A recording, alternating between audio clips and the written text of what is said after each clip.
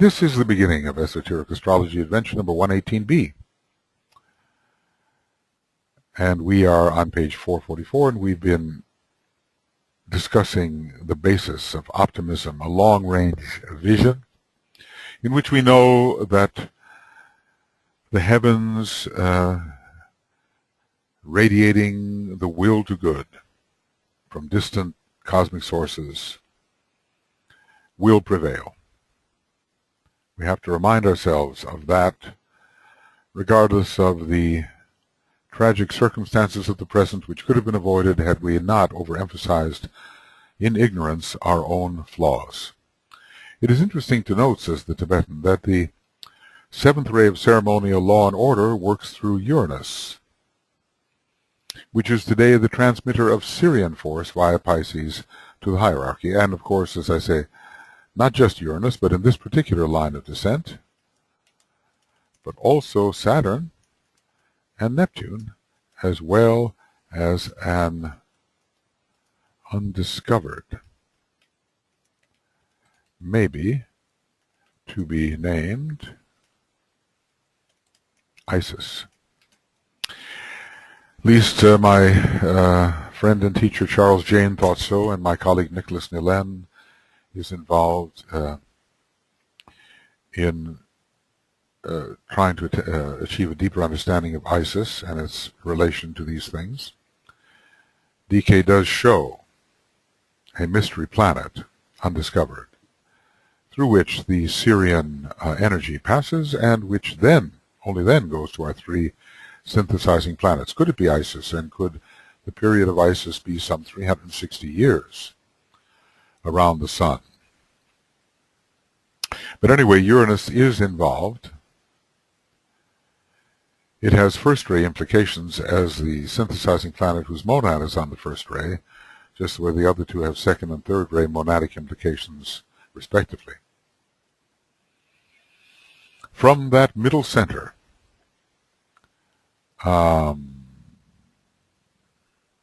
it passes to the, and I suppose that is, Sirius is in a way, cosmically, a kind of middle center, but we're talking about a middle center on our planet. From that middle center, it passes to that sensitive band of disciples, aspirants, and workers, to whose hearts and hands is committed the heavy task, incident to the reorganization and rebuilding of the shattered world structure. So we have the form-building aspect of the seventh ray and of the second ray. Rebuilding the shrine of man's living, it was supposed to be done in the last 60, almost 70 years. But the forces of evil, inspired by cosmic evil, are strong upon our planet, and we may not have fulfilled all of our possibilities. Matter of fact, just the way every human being looks back upon his or her life and decides, well, I could have done better, which is what future lives are for. I think humanity looking back will realize I could have done better, and hopefully future cycles will allow that to happen. So from the hierarchy, which is a middle center, just as the soul is the middle center in the constitution of man, it passes to that sensitive band of disciples, aspirants, and workers to whose hearts and hands is committed the heavy task, incident to the reorganization and rebuilding of the shattered world structure. The power to build anew, it says of the second ray monad. The right use of the word and the using of the light, these will release the Blessed One, the deep hidden in the ark, which is always some kind of vehicular structure built by the form building second ray. Second ray, the ray of form, third ray, the ray of matter, and there is a difference. Form is a subtle relationship which configures matter in reflection of that relationship. The seventh ray has sometimes been called by the peculiar name by knowers. It's a very evocative name. It's regarded as the Ray of Ritualistic Decency. I'm remembering one of my sons who's very seventh ray, I think, in his soul, and he's as was the custom in those days, he remarked to something well done by saying, "Ah, decent, decent," as if the form was adequate to a more ideal form. The ray of and indecent is that which allows the elemental forces to get out of control. Decency keeps them where they belong, keeps all things where they belong. So we're speaking of the second ray and of the seventh particularly here. The seventh ray being strongly related to Capricorn, which we have been discussing, but particularly related here to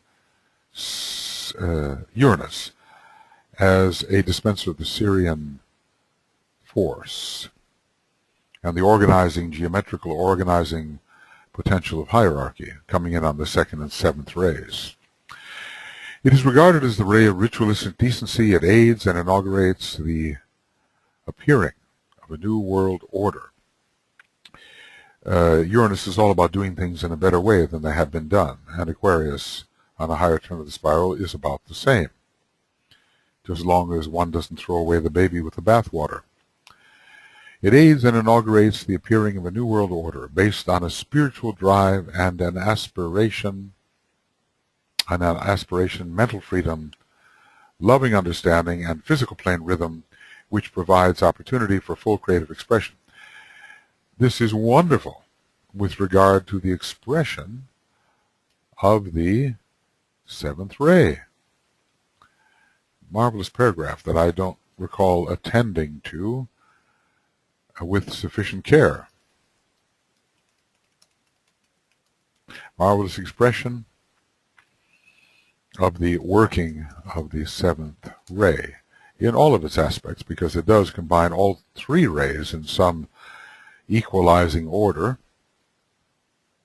It aids and inaugurates the appearing of a new world order based on a spiritual drive from the will and on aspiration from the lower self, on mental freedom. There's Uranus with mental freedom, and that's what we see. A lot of people not wanting to ascribe to the old dogmas, do they?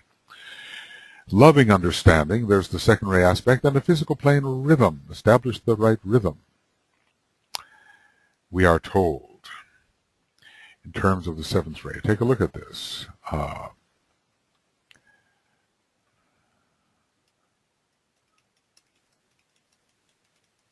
Establish the right rhythm. We are learning here, I think it's in terms of the blessed ones. That means the seventh ray monads. There are monads in all the seventh rays, even though maybe not ultimately, but yes, they do exist. And the magician wants to know how to work. And the planetary one, who is his guide, the true magician behind the scenes, says to him, "Listen, O worker in the furthest world, to the rhythm of the times," the world of materiality. "Note the pulsation in the heart of that which is divine. Retire into the silence and attune yourself unto the whole. Then venture forth. Establish the right rhythm. Bring order to the forms of life, which must express the plan of deity. For this blessed one, release is found in work. He must display his knowledge of the plan by the sounding of those words which will evoke the builders of the forms, and thus create the new." So, these factors, these particular methods that the seventh ray uses in its expression, spiritual drive, aspiration, mental freedom, loving understanding, physical plane rhythm, it's all there to create a new world with Uranus, a seventh ray planet, assisting, renovating. Whenever we're dealing with Uranus, the word re is so important. Now, my audio connection has been lost in the other computer, and so for just a moment, test, no, it seems to be reestablished. We live in such a place. It's at the end of two internet lines. The towers are far away, and we get caught between, not being able to support a steady internet reception and transmission. So anyway, there is a right rhythm is being established. And to bring this about, energy from Shambhala embodying the will to good, just as the will to good is embodied by those great and still greater lives, is fused and blended with the organizing energy of the seventh ray. Remember that Shambhala receives three types of will in this case, and is not only involved with the first line of transmission, but Pisces and Capricorn. What was it? The will to choose was one of them. Will to choose. I think that's it. Is that it? Yes. These are received by Shambhala. The will to self-determination, Leo, the will to sacrifice, Pisces, and the will to choose under Capricorn. So the will of sacrifice is what we're talking about here now. All right. I'm trying to find my way back to where I was. We had covered quite a bit.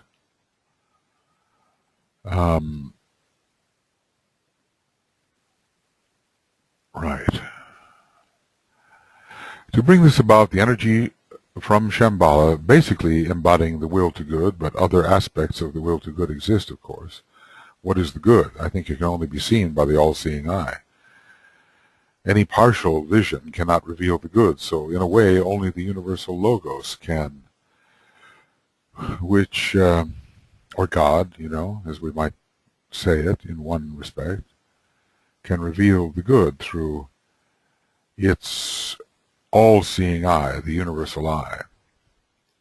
To bring this about, the energy from Shambhala embodying the will to good is fused and blended with the organizing energy of the seventh ray, because, as we know, out of Shambhala comes purification, destruction, and organization. It's the third aspect, which is related to organization. So the seventh ray, being the concrete expression of the first, is related to that organizing power that comes from Shambhala. So the will to good of Shambhala is blended with the organizing energy of the seventh ray, and then carried to humanity along the stream of love, which emanates from hierarchy itself. So this tells us something about this Sirian transmission. Along the line of the Sirian transmission. Pisces governs this effort of the hierarchy because the highest aspect of Pisces, which humanity can at this time in any way comprehend, is that of mediatorship. So the Sirian energies are mediated to humanity. The will to good energies of Shambhala are mediated to humanity. This is the energy of mediation. There's an in-betweenness in Pisces, as we see even from its glyph, There's a line there connecting these two half moons, and there is with Uranus too, which is interesting. So Uranus is part of this mediation from the heavens, or at least translating that which comes from the heavens to humanity. This is the energy of mediation of right relationship, and Pisces is much involved with that because it's a relationship based on love. Today as never before, the hierarchy stands as the mediating transmitter. It's the middle center, just like Sirius is a middle center. We almost might think that Sirius has this kind of function within the one about whom. Anyway, hierarchy is a reflection both of Sirius and of our solar logos, God of love. And hierarchy is the mediating, standing between, a transmitter from above. And perhaps, as the Christ does, he mediates by transmitting to Shambhala that towards which humanity aspires from below. Let us see what DK says of this as he elaborates the point. So, hierarchy stands as the mediating transmitter between humanity and the will of God. Well, this we even see at the Waisak Festival, and we see this also to an extent at the Christ Festival. Humanity, mediating transmitter between humanity and the will of God. The revelation of the true significance and purpose of that will as it stands behind all world events is needed now as never before. So hierarchy reveals to us that which is God's will. This can come through a closer relation between hierarchy and humanity, so humanity can be truly informed by the divine will and the divine purpose. Hierarchy is the mediator, how does it say, mediating transmitter between humanity and its karma. For it is equally essential that the laws for the transmutation of karma into active present good are clearly grasped. And let's just say that the passive viewer of the karma of oneself or others cannot transmute karma through right action. And hierarchy tells us what this action is, always based on lovingly wise response. So we could simply suffer under our karma and not know the meaning of the reason for it and not know how to respond, but given the hierarchical motives, we can respond in a transmutative way. By the way, when we have such a word as transmutation, finding that cursor, transmutation is a word specifically related to the seventh ray and to Uranus, the great alchemist. Well, let's just say the seventh ray Lord is a divine alchemical worker. Anyway, something like that. And the seventh ray is the divine alchemist, and Uranus is much involved in the transmutation of lead into gold. Uranus, this is probably accomplished etherically to a certain extent, and Uranus rules the etheric body. Base metal into gold, base metal into the precious metals, and Uranus provides that rearrangement of the constituents of the lower elements which transforms them into the higher elements. So Uranus and the seventh ray always involved in rearrangement of the constituents which allow for their transformation into something higher. So Uranus can rearrange the elements in a much more productive manner, along with the seventh ray, and give us more archetypal interactions, and so our baseness is relieved. This can happen in the human being, and the true alchemists were those who sought to transform the base human being into the elevated human being. And there is mediation as well, mediating transmitter between humanity and cosmic evil, focused for many millennia of years in what has been called the Black Lodge speculation anent this lodge, and its activities is both fruitless and dangerous. Probably reveals some sort of covert fascination with these activities towards which the evil still resident within us responds. So DK has told us quite a bit about what it does, but speculation is kind of an invocation, isn't it? You know, if I try to speculate somewhat intuitively about the nature of these relationships, I hope to be invoking the intuition which will reveal precisely what the relationships are. So if one speculates too much on the Black Lodge, it sends out an invocation to such existences, you know, in answer to the question, why are you so interested? What is it in you that is so interested? Is it for good purposes that you are interested, or is it simply that you are, something within you is fascinated by that, perhaps something which corresponds to their own activity, because we are not free of that until the fourth initiation. That kind of evil disappears from us at the fourth degree, and until that time, says Blavatsky, we are often unconscious black magicians. So we have to learn how to handle evil through the will to good and oppose fire with fire. The fire of the will to good has to be opposed to this will to material satisfaction based upon ignorance.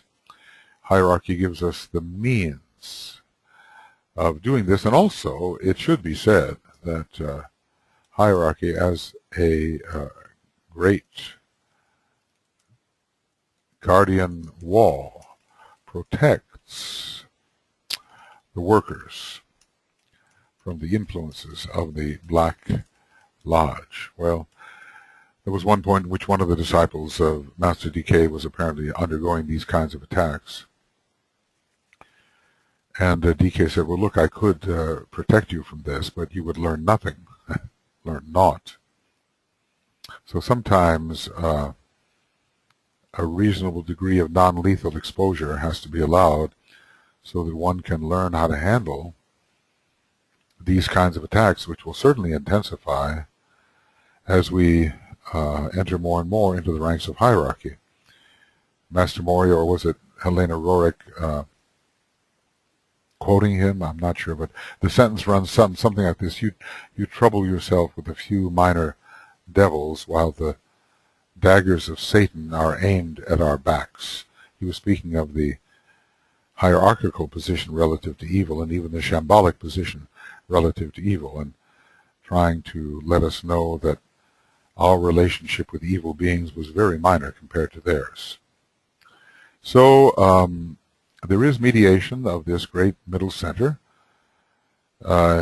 mediating between humanity and the will of God, humanity and its karma, and humanity and the Black Lodge. I mean, I suppose some of our karma can be delayed until we finish certain required tasks. It can all be orchestrated from a certain point of view. And we can never be really separated from our karma, but in time and space, the karmic backlash can be so adjusted that certain works for the good can be accomplished without the interference. So those who are involved in the preparation for the reappearance of the Christ are marked out for special protection.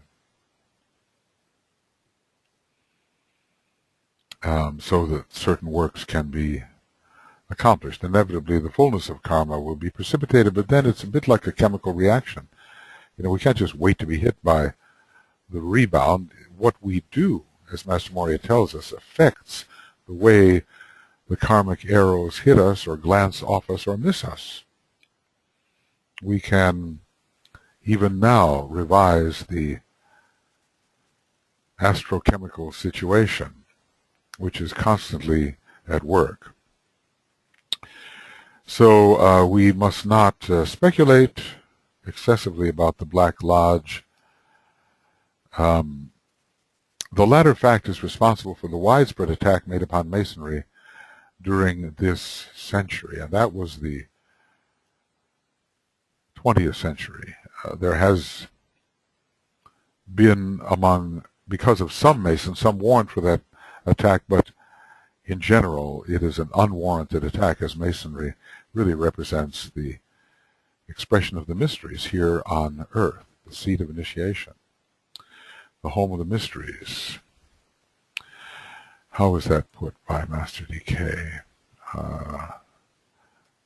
Seat of initiation. Custodian of the law, the home of the mysteries, and the seat of initiation. And it holds in its symbolism the ritual of deity and the way of salvation is pictorially preserved in its work. So that's how important Mason really is, and that's why it is so attacked, because really, in a way, it's hierarchy on earth. So that's in the externalization of the hierarchy page. Looks like page 511. So the Black Lodge wants to invalidate the church, wants to invalidate Masonry. And until Masonry can gain its proper footing, which now it is increasingly gaining under the reformative efforts of, for one, Ancient Universal Mysteries, directed by Keith Bailey as the chief principal officer, and his co-workers. In Masonry, I'm a more distant co-worker. I'm certainly a member of the Lodge, and grateful to be so, now for almost 40 years in Masonry in one way or another. But those who are really working at the reformation of Masonry, just as I'm working in the field of esoteric education, they are really doing a good job. And they are establishing it on a very firm footing, which takes into consideration the hierarchical wisdom. Something of this nature was attempted back in the days of Alice Bailey, and there was a lodge of which she was the director there, I suppose, in the 1930s, before the war began again, or continued. And this has been taken up and early in the century, right? And even toward the end of the last century, the new Masonry is being established and founded. So, Masonry, inadequate and corrupt as it has been, and guilty of overemphasizing certain forms of symbols, is nevertheless the germ or seed of future hierarchical effort, when that effort is at some later date externalized on Earth. So, through the Masonic organism, true initiation will be possible, and also through the church organism, and also through the banded esoteric organisms, rays 1, 2, and 3. Masonry is governed by the 7th ray, although it educates first ray types, and has a lot of 4th ray in it as well, but it's governed by the 7th ray, and when certain important changes have been made, and the spirit of Masonry is grasped instead of the letter. So there's that book, dictated by the Tibetan to Alice Bailey and appearing under the name of Foster Bailey. The Spirit of Masonry. That's the name of the book. So when the spirit of Masonry is grasped, and instead of the letter, then we shall see a new form of hierarchical endeavor appear to aid in the restoration of the ancient and sacred mysteries of men, among men. It's beautiful to know that this is in process and spreading around the world, in Europe and South America, and of course all over the United States. It is spreading. The esoteric education must spread, the Masonry must spread, and the new revised church must also appear. Okay.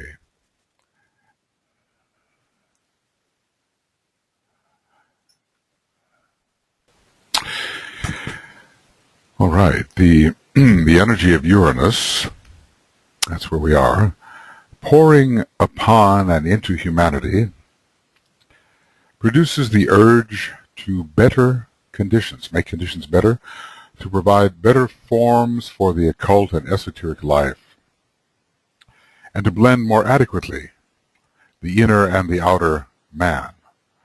Just the way Mercury is a mediator, which links the poles between which it mediates, so Uranus in a higher sense is that as well. It rules the lowest of the creative hierarchies, but it also rules the cosmic ethers, and so can be the mediator, which can bring the energies of those higher ethers down into the systemic ethers, on the systemic etheric plane. So these are important ways of considering Uranus: the urge to better conditions, to provide better forms for the occult and esoteric life, and those, I suppose, are human forms, having to do maybe with the new use of the sacral center, but also organisms, organizations which better receive the occult energies and better express them, and to blend, interesting about blending more adequately the inner and the outer man, because it's like the imposition of the archetype upon the Saturnian forms, sometimes with a fair amount of destruction, as a person tries to be authentic. That's the word. Authenticity means adherence to archetype. I'll just make that maybe a little bit bigger for the sake of emphasis. Sometimes one looks for the ways in which looks for the ways in which planets actually function in an esoteric sense, and every once in a while DK actually does give that. This is one of the reasons why the moon is spoken of so often as veiling Uranus. The moon is frequently used as a blind when Uranus is meant, and for the type of people that are more mentally focused, this is frequently the case. Every one of us has a moon position which is veiling predominantly one or other of the three normally veiled planets, either Vulcan, Neptune, or the moon. For the more advanced types, it's usually Uranus, which is bringing the occult world forward. It's a veil of a higher mentality. For the veil of Neptune has to do with those who are more emotionally polarized, and Vulcan more physically polarized. But there are also other configurations which suggest what the planet might be veiling, and that has to do with the sign that it's in or the sign that's prominent. If a person is a Taurian or a Virgoan, there can be a strong Vulcan veil within the moon. And of course, if the moon is in Virgo, either Vulcan or Neptune are found. If the moon is in Aquarius, then Vulcan, Neptune, or Uranus will be found as the veils, and one has to choose. So there are several levels of veiling here. One has to do with more or less the status of the individual in terms of the spiritual development, and the other has to do with the particular signs that are involved and their relation to one of the planets which the moon usually veils. I suppose everybody should look into their horoscope and try to look at the possible veils associated with the moon and say which is most likely in the type of life you've been leading and in terms of the aspirations and objectives that you have. So the moon is frequently used as a blind when Uranus is meant, but also the other planets are there. Today, the moon is a dead world. And the reason is that the Uranian urge became so strong in that far distant time. So, in the intervention of the solar logos, which took away the living beings on that planet and transferred them to somewhere else, Uranus was involved. It would have been the Sun, Uranus, and our planetary logos through his extension or chain, the moon chain. The Uranian urge became so strong in that far distant time when there were living forms upon the moon that it led to the complete and final evacuation of the moon and the transfer of its life to our planet. Now, whether the Earth as a dense physical planet and the moon existed together simultaneously, that is a question. Because sometimes, you know, the story is that one chain completes and another chain has to be formed before the life goes to that form. But as the chakras tend to exist simultaneously, so these chains of the Earth scheme may be existing simultaneously, and it may be that the transfer occurred immediately or perhaps eventually. We're told that many lives from the moon chain came in the third sub-race of the fourth root race in this fourth round of our Earth chain. And it seems that there's somewhere in the teaching the discussion of the period of pralaya into which some of the moon chain lives were led or cast, and the work that was done in that pralaic state to make it possible for them to pick up the evolutionary threads on our particular chain. But this, you know, there's the whole idea of evacuation and what is it called when one is a migration. Let's see. And the idea of becoming a refugee and changing one's country. A transference from one location in space to another. Just like Mercury, only perhaps in a more drastic manner. Mercury rules many moves from here to there, and when you move from one country to another, it's oftentimes a new start under the Uranian urge. A whole new structure, a new foundation, a new beginning. So we're talking about a Uranian urge, and this had to be, I suppose, in cooperation with the solar locus, because it was he that decided that the moon chain had to come to an end. It's like deactivating a certain chakra or a subsidiary focus within one's own chakras, because the Earth represents a certain chakra within the solar logos, eventually the base of the spine chakra, but possible associations with other chakras such as the spleen, let us say. And in terms of the fecundity of the Earth, there could be a sacral center association and also a mental unit association. So whether the Earth represents for once and for all only the base of the spine chakra, or whether it has certain other functions. As I said, I've had this theory that connected with every chakra there must be, of the solar logos, there must be at least 3 planetary logi, which, like a triangle in revolution,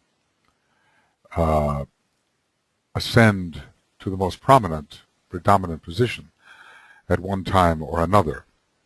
I don't know how I'd go about proving that, but when I see that several planets are associated with the centers, and DK even seems to give 2 when he looks at ordinary individuals and disciples. I mean, let's just say that both Earth and Saturn are associated with the throat center, and Mars and Neptune with the solar plexus, and Jupiter and the Sun with the heart center, and both Vulcan and Pluto with the head center, and so forth. It seems that in order to sustain a particular chakra, any one of these planetary schemes can play the major role as that chakra at certain times in the general mutation which occurs in time and space in the development of a solar logos. But suffice it to say, there was the word that I was looking for, and now it's come to me, is transference or translation, expressing something entirely in terms of something else, changing languages, as it were. So there came a time for the denudation denuding of the misdirected effort called the moon chain, a part of our planetary logos and perhaps related to his sacral center or throat center. In any case, there has now been a replacement for the moon chain, and it's called the Saturn chain, and different subplanetary logoi, I think, are involved in the informing and administrating of these chains. And it may be that, as seems to be hinted, that the Lord of the Moon chain moved in with the Lord of the Earth chain, and they are cooperating together to facilitate the progress of those lives which belong specifically to the Earth chain and those which had their evolution interrupted on the Moon chain. It must be difficult for two to live in one house, but that's part of our problem right now, that Moon chain lives are sharing space or a chain with Earth chain lives. So this transfer, it may be that many lives had to wait in Pralaya before the transfer of its life to our planet. It doesn't talk about how long that took.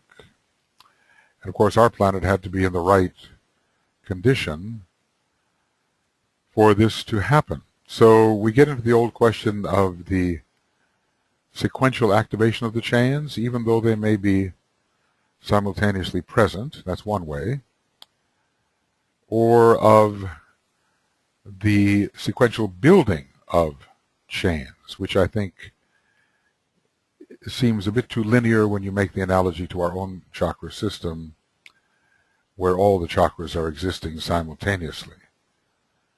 Now, there may have been in the early days a kind of sequential appearance of chakras, but we're not just talking about early days here, we're talking about the planetary scheme of Earth, which was well in process.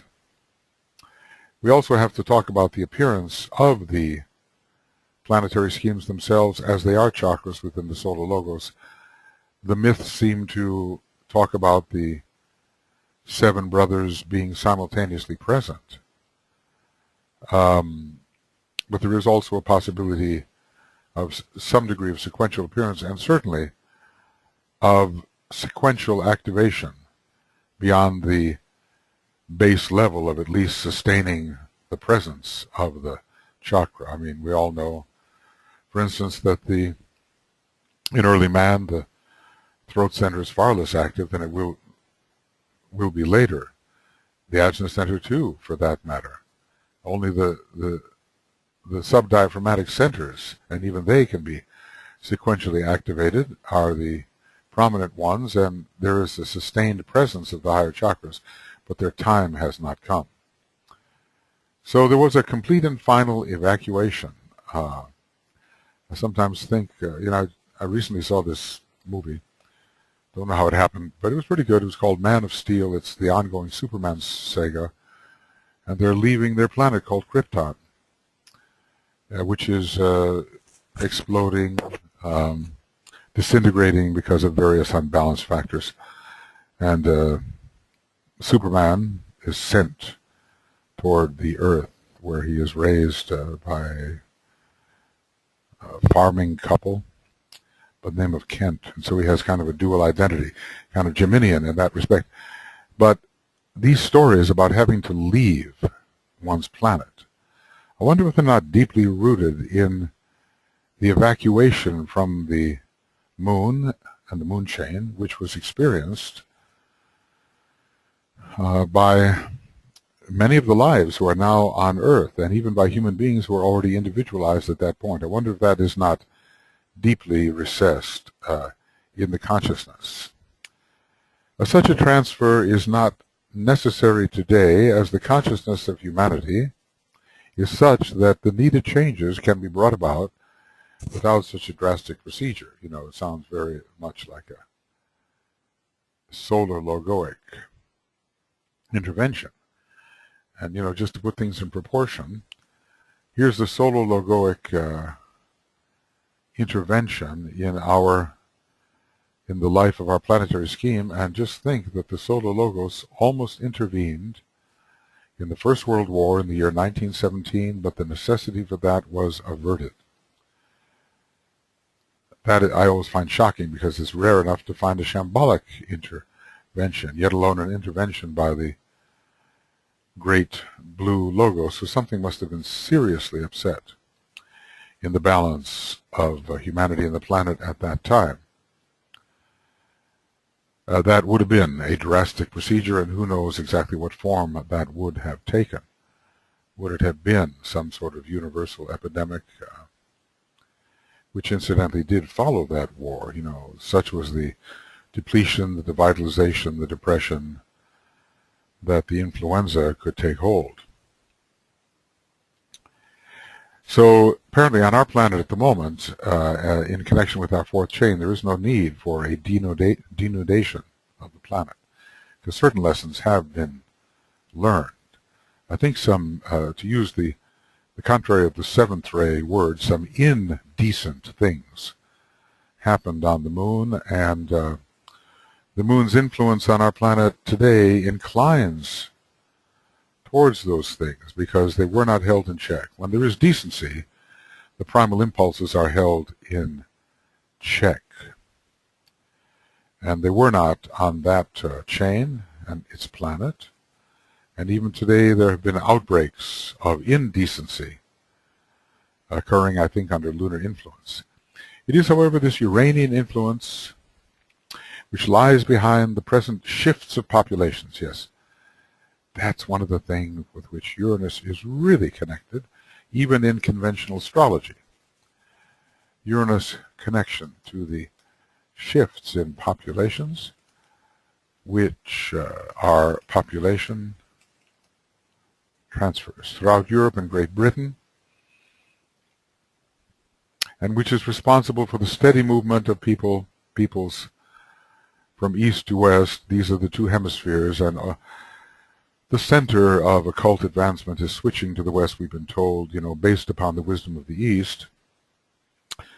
So even Tibet, which was the great repository of occult wisdom before the Chinese descended upon it, was in a way forced to bring its wisdom to the west, from which it could gain sustainment, and to establish centers in the west, which it has done on a grand scale and successfully. It's all part of the plan, I'm sure. So the steady movement of peoples from east to west, from Asia to Europe, in the earlier history of that continent, and from Europe to the Western Hemisphere in more modern times. The movement towards the West. First, in the populating of Europe, apparently,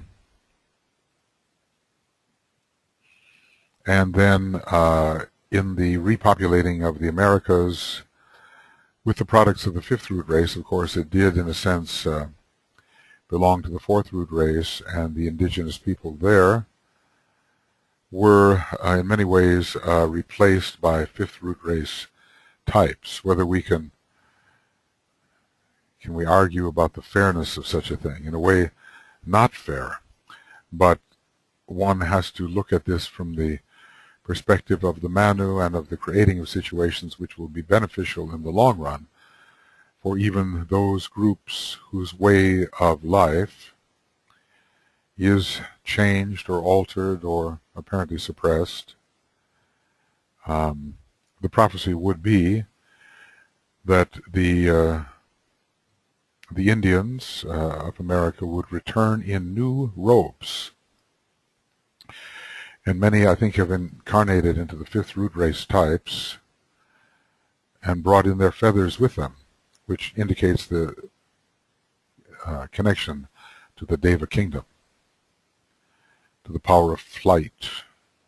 I think I've talked about this before, but I think many of the Western types who illegitimately brought great cruelty to the Native Americans reappeared wearing cowboy hats on the reservations.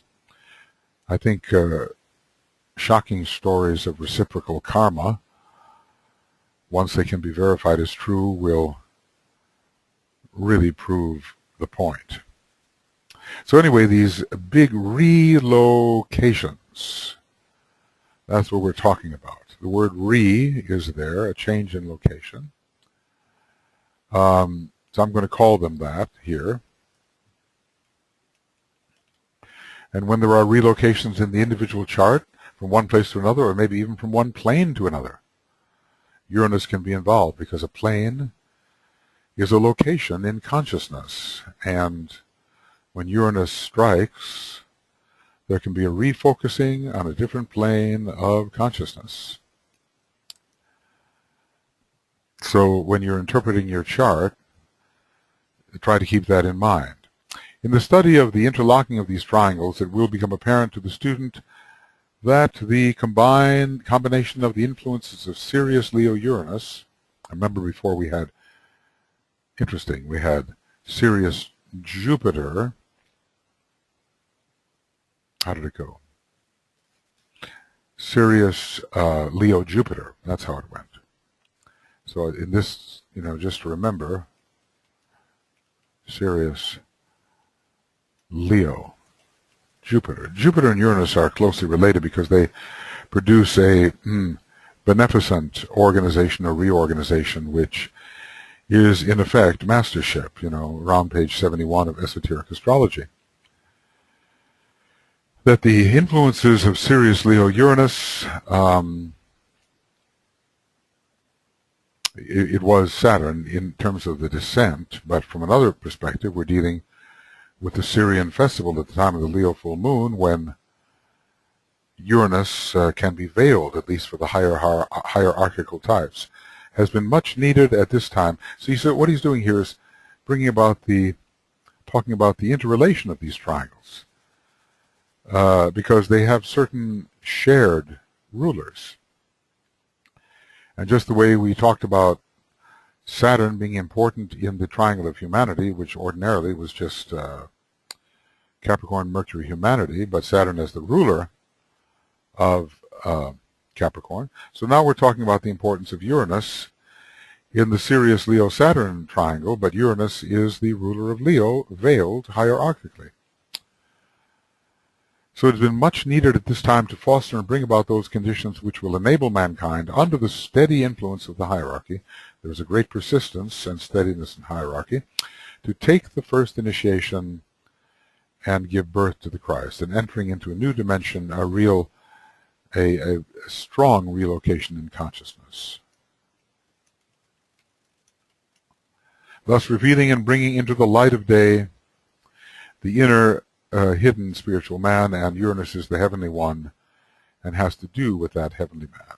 Uranus is the heavenly one and relates to the inner spiritual man and the bettering of conditions so that that man can emerge.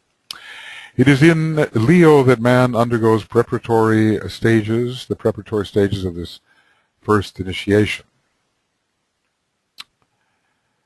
Because, interesting, you have to be on the path of aspiration before you can even think of the first initiation. And in the Leo petal, the fifth petal, counting from Aries at the first petal, which is one legitimate way to do it, in that Leo petal, the path of aspiration can be entered. In the latter part of the unfoldment of that petal, he finds himself and becomes self-conscious. Then he arrives at the stage of intelligent discipleship, as Leo is a very mental sign from a certain perspective, having much of the fifth ray. He formulates a conscious inner program or purpose under the steady pressure of the life of the indwelling Christ, because the indwelling Christ emerging does force the issue. He begins to exhaust and deny the demands and desires of the lower nature, and this happens in the fifth petal. One cannot live for oneself alone, no matter how glorious one thinks that self may be. In the fifth petal. So all of these things are Leo-like. Remember, we talked about the connection of Capricorn and Leo to the first initiation, the birth of the Christ, but also the emergence in greater glory of the inner God who is the Christ, at least the inner God on one level, the soul. This cycle of experience is followed by a painful life of conscious reorientation. This is all going on in the fifth petal.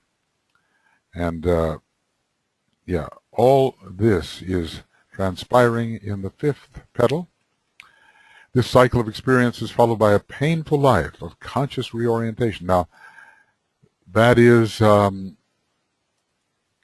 kind of reversal of the wheel. And Uranus is always involved in right? Uranus and reorientation,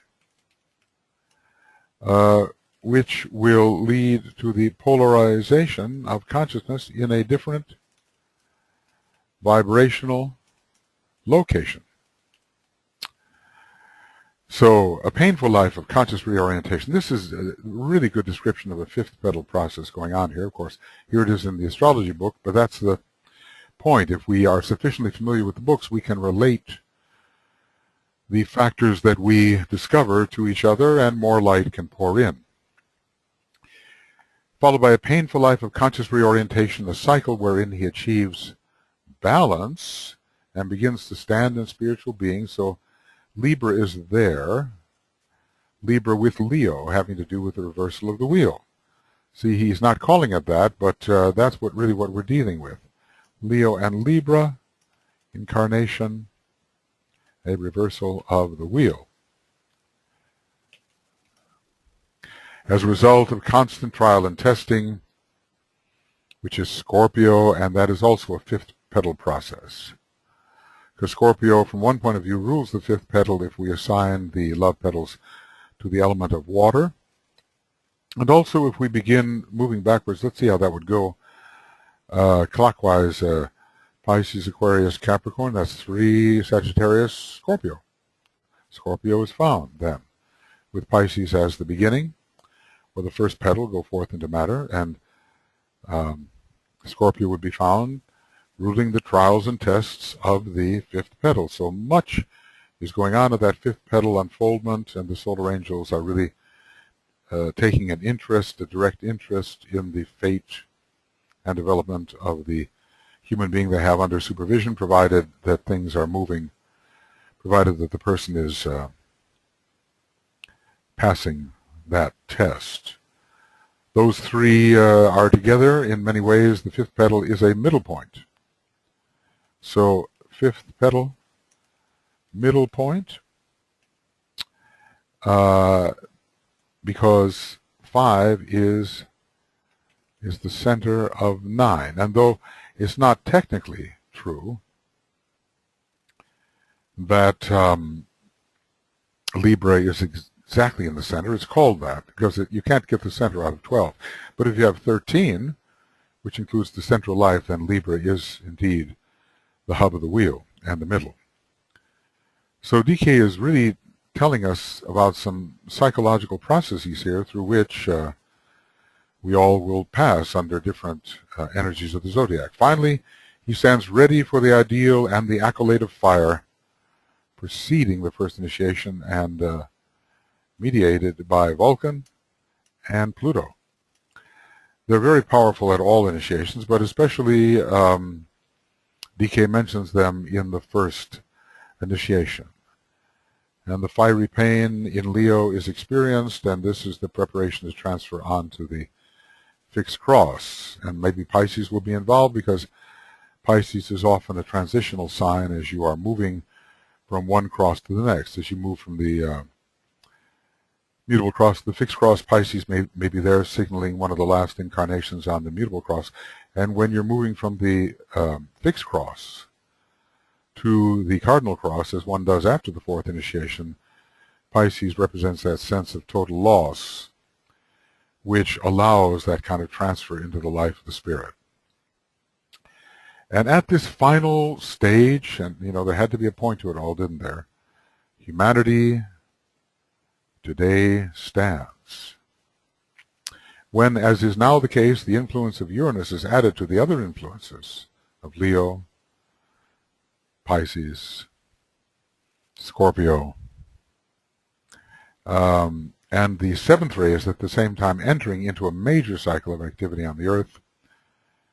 There is then present the energy needed to precipitate, there's the seventh ray idea, the crisis of initiation. The first initiation ruled by the seventh ray, interestingly enough, and produce a great rhythmic awakening, all under law and order and externalized and with the Christ at a certain time actually officiating on the planet at this first initiation. That's an amazing thought. It will be a great actual and symbolic representation of inner life occurring on the outer plane. Astrologers would find it of interest to note similar combinations in the individual horoscope. One has to have a lively eye to note the combinations, which may not be obvious, but we've been talking about Pisces. Well, in this case, there's a mixture. We've been talking about, as he says, as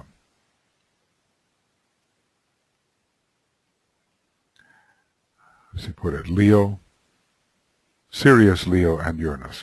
Sirius, the sponsor of all initiation on our planet. Leo, emerging at the first initiation and also at the reversal of the wheel. And, well, at the second initiation is the heart of the sun, and the third initiation as the radiance of the soul, and at the fourth initiation is the causal body to be destroyed, and so forth. And Uranus making possible the transference. So basically what he's been doing, he's been mixing the triangles here. Sirius from the second stream of force, Leo from the first stream of force, Uranus from the second stream of force. So after presenting to us what these influences really mean, he starts to show their interrelationships. Fascinating material, obviously, in a sense, scratching the surface, but making possible the sense of connection. So this is the end of Esoteric Astrology 118b, and we're on page 447. And beginning, I think it'll be of Esoteric Astrology Adventure 119a, page 447. All right, friends, really, really interesting material, but we have to reach the point of synthesis in our understanding here, so that these things are not just isolated presentations and apparent facts, but they begin to become organically related, and we begin to see the interplay of these noted energies. And the good offices of the planet Mercury will help us create that fluidity of mind which allows us to see this interplay. All right, I'll go on to 119 when I can. Talk to you a little later. Bye-bye.